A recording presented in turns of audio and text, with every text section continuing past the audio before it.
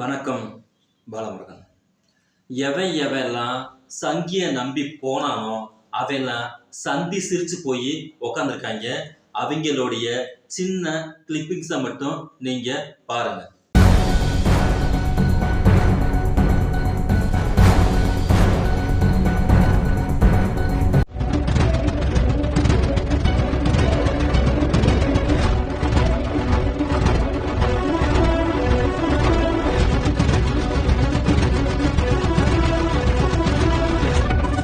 இன்னைக்கு சாயந்தரம் 6 படையில இருக்கக்கூடிய எல்லா முருகனுடைய வேலையும் தூக்கி கொண்டு வந்து நாங்க நிப்பாட்டி வச்சிருக்கோம், எல்லாம் வந்து பாருங்க அப்படின்னு சொல்லி.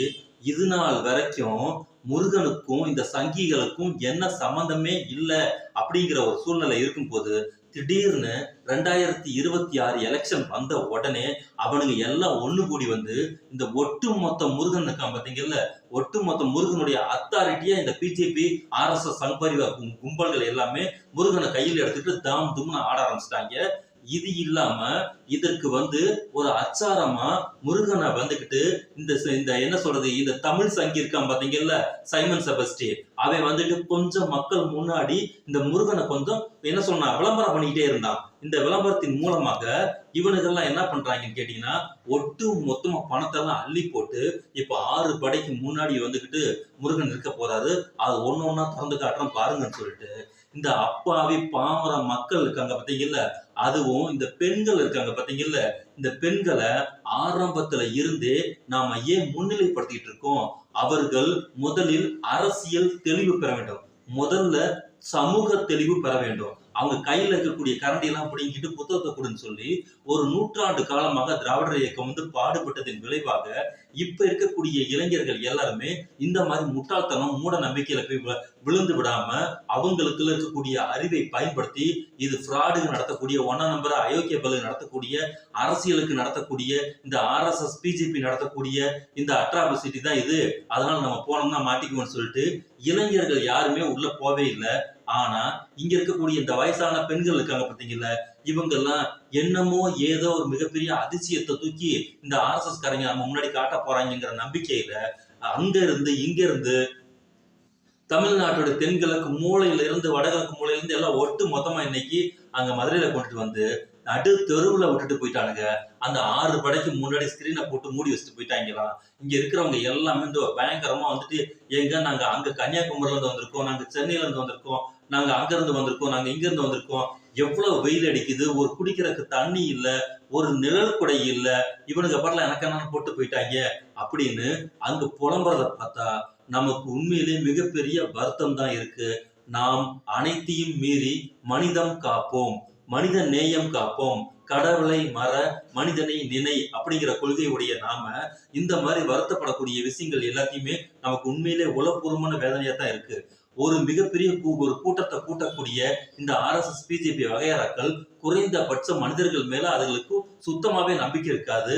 அவங்க என்ன பண்ணுவாங்க கேட்டீங்கன்னா, தனக்கு காரியமாகுதா அது வரைக்கும் தான் அவங்களுடைய நினைப்பு. ஆனா மற்ற நம்ம நடத்தக்கூடிய கூட்டத்துல எல்லாம் பாருங்க, அனைத்து தேவையான பிரிகாஷன்ஸ் எல்லாத்தையுமே நம்ம ரெடி பண்ணி வச்சிருப்போம்.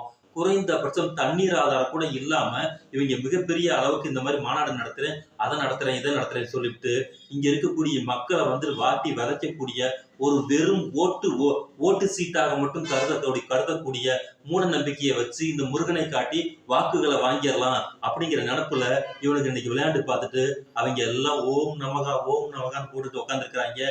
அதுல அங்க இருக்கக்கூடிய எவனோ பார்ப்பான அடிமையோ எவனோ ஒருத்தன் வந்து நின்றுட்டு எல்லாரும் சொல்லுங்க, எல்லாம் ஓம் நமகா சொல்லுங்கன்னு சொன்னா கீழே இருக்கிற ஒருத்தையும் கூட ஒன்னும் ஓம் நமகாவும் சொல்லல, ஒரு நமகாவும் சொல்லல, எனக்கு என்னன்னு உக்காந்துருக்காங்க.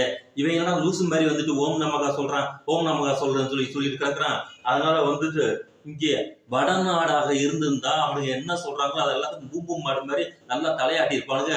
இங்க இருக்கிறவன் எவனுமே தலையாட்ட மாட்டான். ஏன்னா அவன் என்ன சொல்றாங்கிறது நல்லா கூர்ந்து கவனிப்பான். கவனிக்கும் போது ஒண்ணு விஷயம் இல்லையே, இது இல்ல குரல் வித்த மாதிரி பண்ணிக்கிட்டு இருக்காங்கன்னு சொல்லிட்டு யாரும் இங்கே நம்பிக்கை நடிப்பெல்லாம் 6 மணில இருந்து 8 மணி வரைக்கும் போய் உட்கார போகிறது கிடையாது.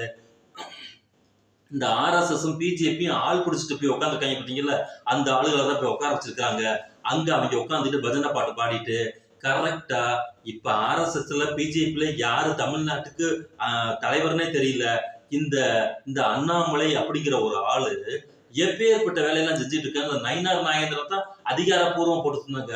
ஆளுக்கு முன்னாடி இருக்கக்கூடிய விளம்பர வெறியில பச்சை வேட்டியை தூக்கிட்டு கட்டிக்கிட்டு முன்னாடி வந்து நின்னுட்டு சீன் மேல சீன் அட்டைய அப்பா தாங்க முடியாத சீனை போட்டுட்டு அங்க உட்காந்துருக்காங்க. ஆனா இதெல்லாம் பார்த்தா இந்த சங்கிகளை பார்த்தா நமக்கு உண்மையிலே வருத்தமா தான் இருக்கு. ஏண்டா கொஞ்சமாவது நீங்க மண்டையில இருக்கக்கூடிய மூளையை கொஞ்சமாவது பயன்படுத்துங்கடா அப்படிங்கிறத நாமளும் சொல்றோம். ஏதாவது மக்களுக்கு பயன்படக்கூடிய ஒரு விஷயத்த நீங்க செஞ்சுக்கிட்டு அதன் அடிப்படையில இங்க வந்து எதுவும் வாக்கு கேட்டீங்கன்னா நமக்கு நம்மால் கொஞ்சமாவது யோசிப்பான். ஆனா ஒண்ணுமே நீ செய்ய மாட்ட. குறிப்பா அதே மதுரைக்கு பக்கத்துல இருக்கக்கூடிய கீழடி, அந்த கீழடியில இருக்கக்கூடிய அந்த தொல்பொருள் ஆய்வுகள் எல்லாமே போய்கிட்டே இருக்கு. கிமுக்கு முன்னாடி போயிட்டு இருக்கு. அந்த அமர்நாத்தை வந்துட்டு என்ன பண்றாங்கன்னா இங்க இருந்து நொய்டாவுக்கு மாத்துறானுங்க. ஏன்னா இவனுங்களுடைய அந்த தொல்பொருளை ஃபுல்லா திராவிட நாகரிகம் அப்படிங்கிறது வந்துகிட்டு முன்னாடி நிக்கும் போது இங்க கண்ணுல வந்து உறுத்துதுங்க போது இத வந்துட்டு ஒழிச்சு கட்டணும். முன்னாடி இருப்பது சரஸ்வதி நாகரிகம், அந்த நாகரிகம் தான் இருக்கக்கூடிய மிகப்பெரிய அளவுக்கு இருக்கு அப்படின்னு சொல்லிட்டு இங்க வடக்குல இருக்கக்கூடிய இவங்களுடைய அந்த பார்ப்பன நாகரிகத்தை கொண்டு வந்து முன்னாடி நிப்பட்டனுங்கிற காரணத்துக்காக இதை தோண்ட தோண்ட அத்தனையுமே திராவிட கருத்தியல் ஃபுல்லா வெளியில வருதுன்னு சொல்லி வெறுப்படைஞ்சுக்கிட்டு இவனுக்கு ஒரு கல்ல 10 மாங்க அடிக்கலாங்கிறது இவங்களோட ஆரம்பத்துல இருந்தே இவங்களோட திட்டம். அதனால மிகப்பெரிய கும்பலை கூப்பிட்டு இங்க இருக்கக்கூடிய விஷயத்தை திசை திருப்பி விட்டுலாம், மடைமாற்றி விட்டுலாம். அதன் அடிப்படையில இங்க இருக்கக்கூடிய எல்லாத்தையும் பக்தியின் அடிப்படையில முருகனின் அடிப்படையில் எல்லாத்தையும் ஒன்று கூட்டி விட்டுலாம். 75% இருக்கக்கூடிய இந்து மக்களாக இருக்கக்கூடிய தமிழர்களை ஒன்று கூட்டி விடலாம். மிச்சம் இருக்கக்கூடிய 20% பிளஸ் 5% இஸ்லாமியர்களை எல்லாத்தையும் பிரிச்சு வாக்குகளாக கன்வர்ஷன் பண்ணலாம்னு சொல்லிட்டு கேடுகட்ட பைத்தியங்கள் எல்லாம் ஒண்ணு கூடி உட்காந்துட்டு யோசிப்பாங்க தெரியுமா? அந்த மாதிரி ஒண்ணு கூடி உட்காந்துக்கிட்டு இப்ப எல்லாம் பேசிக்கிட்டு கிடக்குறானுங்க. ஆனா 10 பைசாவுக்கு பிரயோஜனம் இல்ல. பணம் காசு விரயமானதுதான் மிச்சம். இவனுக்கு என்ன தீர்மானம் போடுறானுங்க அப்படிங்கிறத மட்டும் நீங்க பாருங்க. அந்த தீர்மானம் நாளைக்கு காலையில சந்தியா பஞ்சு பஞ்சா பறக்க போகுதா இல்லையாங்கிறத மட்டும் பாருங்க. ஆரம்பிக்கலாம்.